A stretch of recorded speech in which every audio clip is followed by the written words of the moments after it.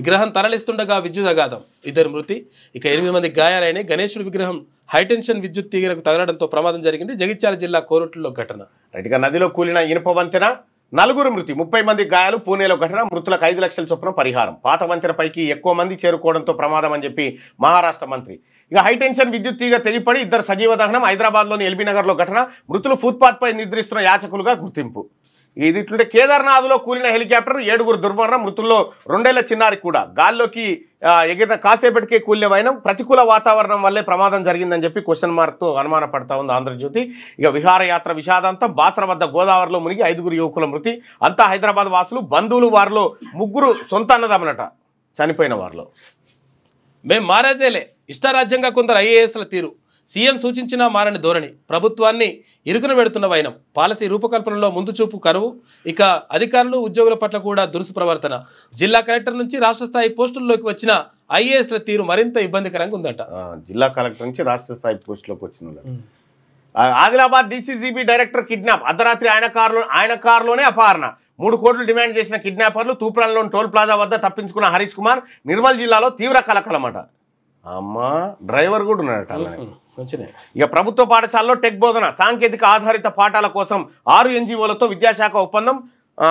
Stem సబ్జెక్టుల్లో video ఆధారిత బోధన, coding, computational థింకింగ్తో పాటు నీటు, జేఈఈ క్లాస్ పోటీల పరీక్షలకు శిక్షణ, బాలికల అక్షరాస్యత, విద్యావకాశాల పెంపు.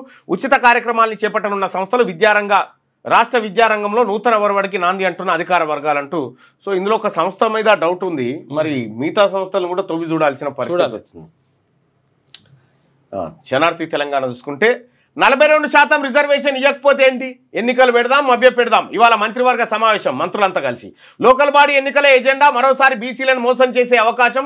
బరితెగించిన కాంగ్రెస్ పార్టీ దశాబ్దాల మోసానికి కొనసాగింపు. బీసీలారా బహుపరాల్. ఉదయ్పూర్ డిక్లరేషన్ మోసం, అసెంబ్లీ సీట్లలో మోసం, మంత్రి పదవుల్లో మోసం, పార్లమెంట్ ఎన్నికల్లో మోసం. 42% రిజర్వేషన్ పేరుతో నయవంచన, మళ్ళీ టికెట్ల పేరుతో కొత్త నాటకం. ఇగో ఇట్లా సిద్ధమైతా ఉంది చూడ్రి. కాంగ్రెస్ మరో మోసం చేస్తూ బీసీ బిడ్డల గుండెలు పిండేసే ప్రయత్నం చేస్తుంది. స్థానిక ఎన్నికల్లో బీసీలకు 42% రిజర్వేషన్ ఇస్తామని ఇచ్చిన హామీని విస్మరించి అదే బీసీ వర్గాలను ఎన్నికల సందర్భంగా మళ్ళీ మభ్యపెట్టే కుట్రకు దిగుతోంది. తెలంగాణలో కాంగ్రెస్ సర్కార్ కొలువు తీరి 18 నెలలు కావస్తున్న 42% బీసీ రిజర్వేషన్ల వ్యవహారాన్ని ఓ కొలిక్కి తేలేకపోయింది. అయితే స్థానిక ఎన్నికలు దగ్గర పడగానే మళ్ళీ పాతపాటే పాడుతోంది. ఈసారి స్థానిక సంస్థల్లో బీసీలకు 42% రిజర్వేషన్ల కల్పన అంశాన్ని ఆ పార్టీ అటకెక్కించే అవకాశాలు ఎక్కువగా కనిపిస్తున్నాయి. ఇవాళ రాష్ట్ర మంత్రివర్గ సమావేశం కానుంది. Rythu Bharosa, local body elections పై చర్చించనుంది. గత శాసనసభ ఎన్నికల సమయంలో విద్య, ఉద్యోగ, స్థానిక ఎన్నికల్లో బీసీలకు 42% రిజర్వేషన్లపై స్పష్టమైన కామారెడ్డి డిక్లరేషన్ ప్రకటించింది. ఆ మేరకు అసెంబ్లీలో బీసీ బిల్లును కూడా పాస్ చేయించింది. అయితే ప్రభుత్వ చిత్తశుద్ధి చూసినా ఎవరికైనా బీసీలకు 42% రిజర్వేషన్లు పక్కాగా అమలవుతాయనే భావన కలుగుతుంది. స్థానిక సంస్థలో తమకు 42% రిజర్వేషన్లు అమలవుతాయని బీసీ వర్గాలు కూడా ఆశగా ఉన్నాయి. అయితే ఈ వర్గాల ఆశలను కాంగ్రెస్ పార్టీ అడియాశలు చేసే అవకాశాలు కనిపిస్తున్నాయి. ప్రధానమంత్రి దగ్గరికి అఖిలపక్షం బోదాం పారానగా ఇప్పటి వరకు పత్తలేదు, అది పత్తలేదు. అయితే ఈ వర్గాల ఆశలను కాంగ్రెస్ పార్టీ అడియాశలు చేసే అవకాశాలు కనిపిస్తున్నాయి. గత రిజర్వేషన్ పద్ధతిలోనే లోకల్ బాడీ ఎలక్షన్కు వెళ్లాలని సర్కార్ భావిస్తున్నట్టుగా తెలుస్తా ఉంది. ఈ మేరకు ఇప్పటికే అధికారులకు సైతం ప్రభుత్వం నుంచి స్పష్టమైన ఆదేశాలు వెళ్లినట్టు సమాచారం. స్థానిక ఎన్నికలపై ఇవాళ 42% రిజర్వేషన్ ఇవ్వకుండా లోకల్ బాడీ ఎన్నికల్లోకి వస్తే కాంగ్రెస్ పార్టీని 1000 కిలోమీటర్ల లోతుల బాతిపెట్టురు. ఎందుకంటే ఎన్ని మోసాలు చేస్తారు ఇంకా మనలా. ఎట్టి పరిస్థితిలో మన రిజర్వేషన్ ఎంత ఉండే, 33 ఉండే కేసీఆర్ ఉన్నప్పుడు. 33ని 23కి తెచ్చింది కేసీఆర్. 33ని 23కి తెచ్చింది కేసీఆర్. బీసీలకు రిజర్వేషన్ ఇస్తా అంటే మండలి యాత్ర పెడితే కమండలి యాత్ర పెట్టింది బీజేపీ. బీసీలకు అసలు రిజర్వేషన్ వద్దని కమ్యూనిస్టులు కొట్లాడారు. వీళ్ళ మనకు చేసేది.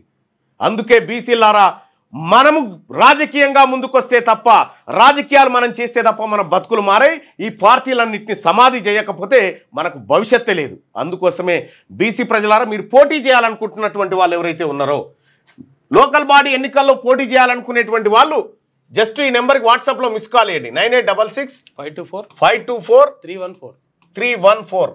ఈ నెంబర్కు వాట్సాప్లో మిస్ కాల్ ఇవ్వండి.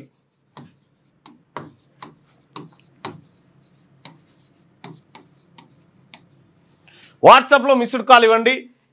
మీకు ఒక ఫామ్ వస్తుంది, లింకు. ఆ ఫామ్ ఫిలప్ చేసి సబ్మిట్ కొట్టండి. సబ్మిట్ కొడితే లోకల్ బాడీ ఎన్నికల్లో బీసీల మందరం సత్తా చాటుదాం. వీళ్లకు ఓట్లు కావాలి, అధికారం వాళ్ళ చేతికి పోవాలి. మనకు బిచ్చగాల లెక్క చేస్తారా? బీసీల ఇంటికాడ బిచ్చగాల లెక్క వీళ్ళని కట్టేస్తా. ఈరోజు ఖచ్చితంగా తెస్తా. ఎప్పుడైతే బీసీలను దశాబ్దాలుగా 78 సంవత్సరాల నుంచి మభ్య పెట్టుకుంటూ వస్తూ ఉన్నారు కదా మనల్ని, ఇక సరిపోదా వీళ్ళది? ఇక చాలు.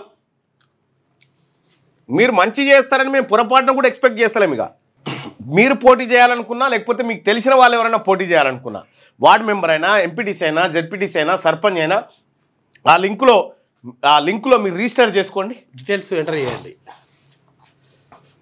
మరి ఎట్లా మళ్ళా వాళ్ళు పోటీ చేస్తా అంటారు? బీఫామ్ బాధ్యత నాది, నాకు వదిలేది, నేను చూసుకుంటా. బీసీలకు బీఫామ్ లెటర్ రావన్నా అట్లా వస్తాయి, ఏవి రావన్నా అవి తెప్పిస్తా.